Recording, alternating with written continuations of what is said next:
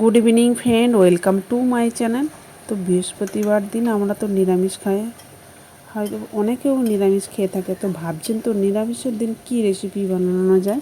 তো সেই জন্য আপনাদের জন্য দুর্দান্ত স্বাদের পটলের একটা নিরামিষ রেসিপি নিয়ে চলে এলাম আপনাদের জন্য।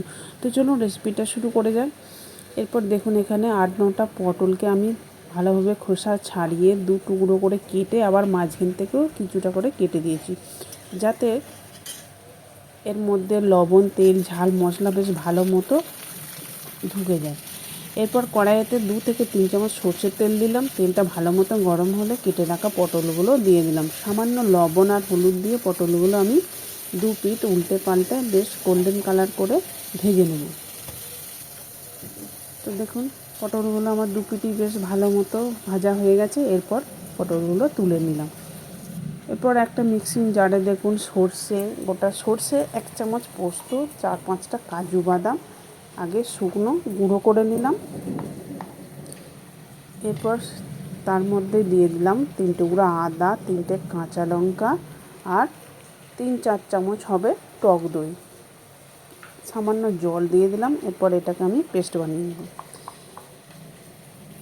এরপর কড়াইয়ের মধ্যে দিয়ে দিলাম গোটা জিরে 1/2 চামচ, একটা মিডিয়াম সাইজের টমেটো কুচানো,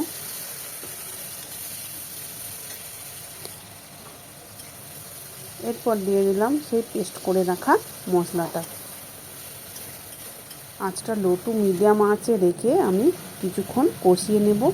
এরপর শুকনো মশলার মধ্যে আছে হলুদ, জিরে, লঙ্কা, কাশ্মীরি লঙ্কা আর লবণ। আমি কিন্তু শুকনো লঙ্কা দিইনি, ওটা কালারের জন্য কাশ্মীরি লঙ্কা দিয়েছি। কাঁচা লঙ্কা দিয়েছি, ব্যাস এতেই হয়ে যাবে আমার। চাইলে আপনারা শুকনো লঙ্কাও দিতে পারেন। বেশ ভালো মতো আমার কষানো হয়ে গেছে মশলাটা। এরপরে দিয়ে দিলাম সে ভেজে রাখা পটলগুলো দেওয়ার পরে আরও 2-3 মিনিট আমি বেশ কষিয়ে নেব, যাতে পটলের মধ্যে ঝাল মশলা খুব ভালো মতো ঢুকে যায়। এরপর পরিমাণ মতো জল দিয়ে দিলাম লবণ। পটল ভাজার সময় আমি লবণ দিয়েছি, সেটা খেয়াল রেখে লবণ দিতে হবে। ঢাকা দিয়ে 5 থেকে 10 মিনিট রেখে দিলেই হয়ে যাবে। এরপর দিয়ে দিলাম গরম মশলা। তো চাইলে নিরামিষ রান্না আপনারা চিনিও একটু দিতে পারেন। আমার চিনিটা সবাই খেতে চায় না, তাই দিলাম না।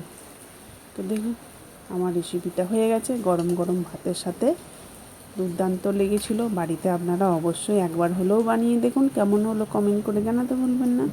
আর ভালো যদি লেগে থাকে লাইক, কমেন্ট, শেয়ার করে দেবেন। কাল আবার অন্য একটা রেসিপি নিয়ে হাজির হয়ে যাব আপনাদের জন্য।